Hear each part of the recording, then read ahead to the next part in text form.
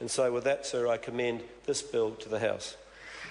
I call Gareth Hughes. Kia ora, Mr Speaker. Ngā mihi nui kia koutou kia ora. It's a great pleasure to rise in support of this bill tonight.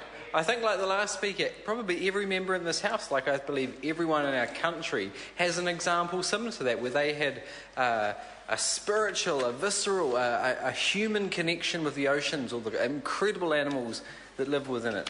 It's something that is, I believe, unique to our country. We're a maritime nation. We've got waters 15 times larger than our land masses. I grew up in Gisborne. Every summer we used to go camping at Puawa Beach. My dad had a lifestyle block up at Whangarā, which Hekia Parada no doubt knows well, that location. For 18 years we used to camp at the same campsite and go. I learned to swim there. I used to go up with the dinghy with my dad, put the cray pots out. And just reflecting on the debate tonight reminded me of when I learned to scuba dive just before the last election in 2011. That was at the Taputaranga Marine Reserve, a new marine reserve we had created in Wellington, an absolutely spectacular place.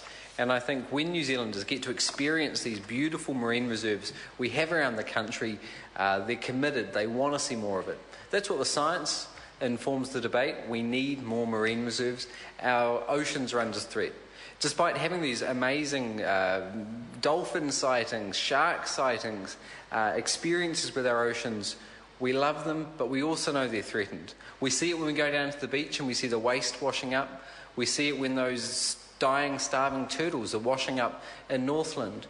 We see it with the finned sharks washing ashore. We all know that our oceans are sick, they're unhealthy, and we need to do something about it. And this is why it's good to see this Parliament coming together to do something about it. It's not enough. It's not going to save our oceans. It's not even going to protect the full waters around these World Heritage listed islands. It's only going to be protecting 39% of Campbell Island and 58% of Bounty Island. But it's good to be doing something about marine reserves. It's something we all love, we all want to protect.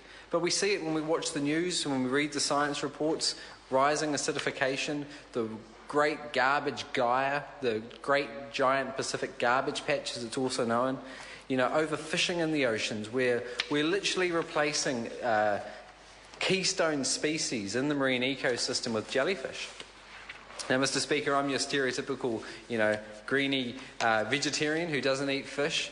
But you know what? I think many people in New Zealand, and perhaps more important, maybe more relevantly around the world, will have to get used to having jellyfish and chips instead of their fish and chips. The jellies are literally taking over our oceans because of the overfishing. And Mr Speaker, the question is not where did the fish go, because the answer is clear. We've literally eaten the fish. Using our industrial fishing fleets, we've gone out using the might of our industrial civilization to harvest the world's fisheries, and we're seeing collapse. With our large shark species, we're seeing a population decline of 90% since 1950 because we're using the advanced technological fishing techniques we now have to hunt, target, and unfortunately for 73 million of them every year, fin them and dump them overboard.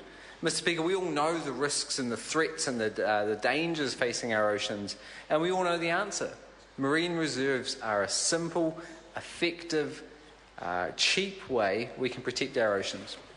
That's why it's good to be going some way toward that tonight. It's clear we need more marine reserves in New Zealand. Sure, these are 435,000 hectares. Sounds like a large number when you have the national members trumpeting about it.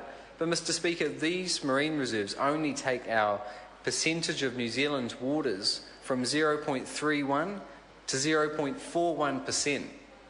That's still half of 1%. And here we see the minister trumpeting these announcements, saying he wants to gazette a record number of marine reserves. 8 new marine reserves. Nick Smith thunders in his kayak as he does his media stunts. We're going to set a record, he says. Never mind that the 8 marine reserves he's talking about were started under the last government. Never mind that all his marine reserves are still only taking us to less than 0.5% of our waters protected. And never mind that a single year's oil block offer is greater than all these marine reserves we're creating tonight. Let's put it in contrast. So, Mr Speaker, we need more progress. Kiwis know it, they support it, That's why they told Colmar Brunton 96% of New Zealanders want to see more marine reserves.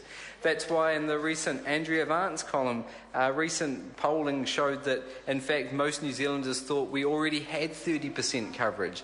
No, we only have 0.41 when this law passes. I've talked before about the irony of needing a law of Parliament to create marine reserves. Shows how out of date and out of touch our legislation from 1971 has become. What we need to do is modernise that law. Under National, it languished for the second longest period any legislation in our country's history. Remember, we're the fourth oldest democracy in the world, and the second oldest bill ever to languish and die in a select committee happened over marine reserves. We still can't produce them in the EEZ. Remember, we saw this government decline the Akaroa Marine Reserve.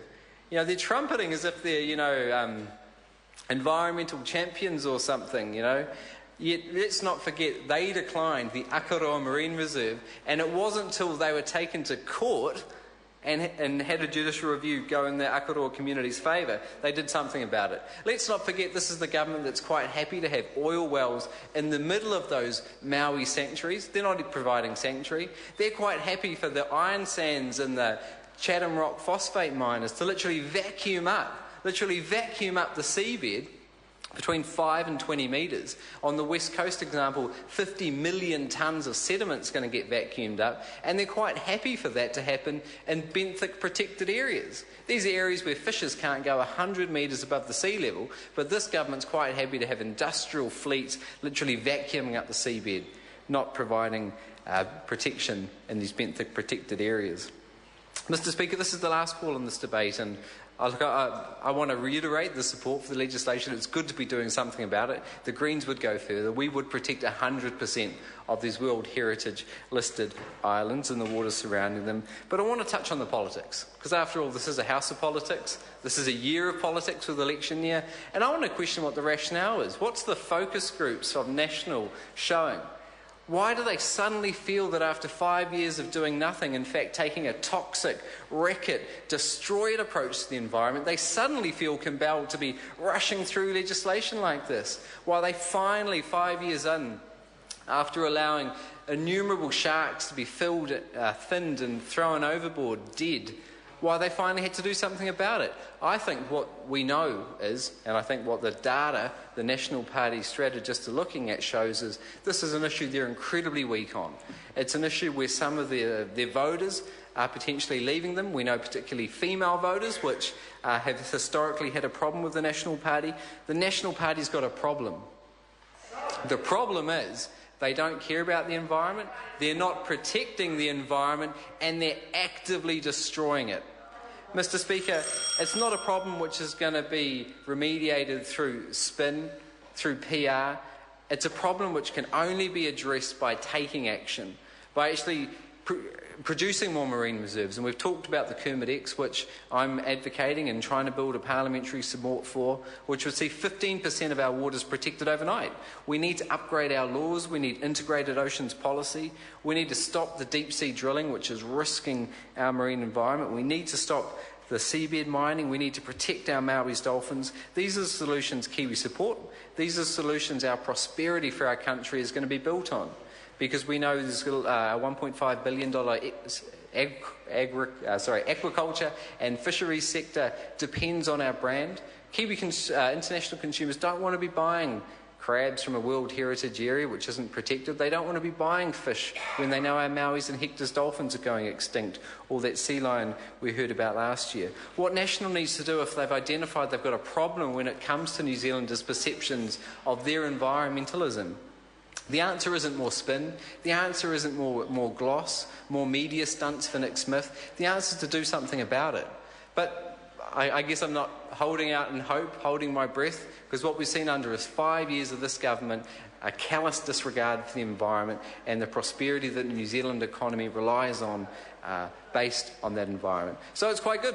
New Zealanders get a choice this election. They get to choose between protecting the Maui's dolphin or slaughtering them indiscriminately in those unsustainable fishing net.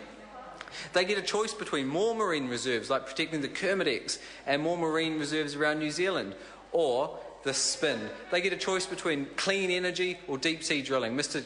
Speaker, that's the challenge we're giving to the National Party, and that's the challenge and the option we're giving New Zealand voters this election. Kia ora. I call the Honourable Phil Heatley.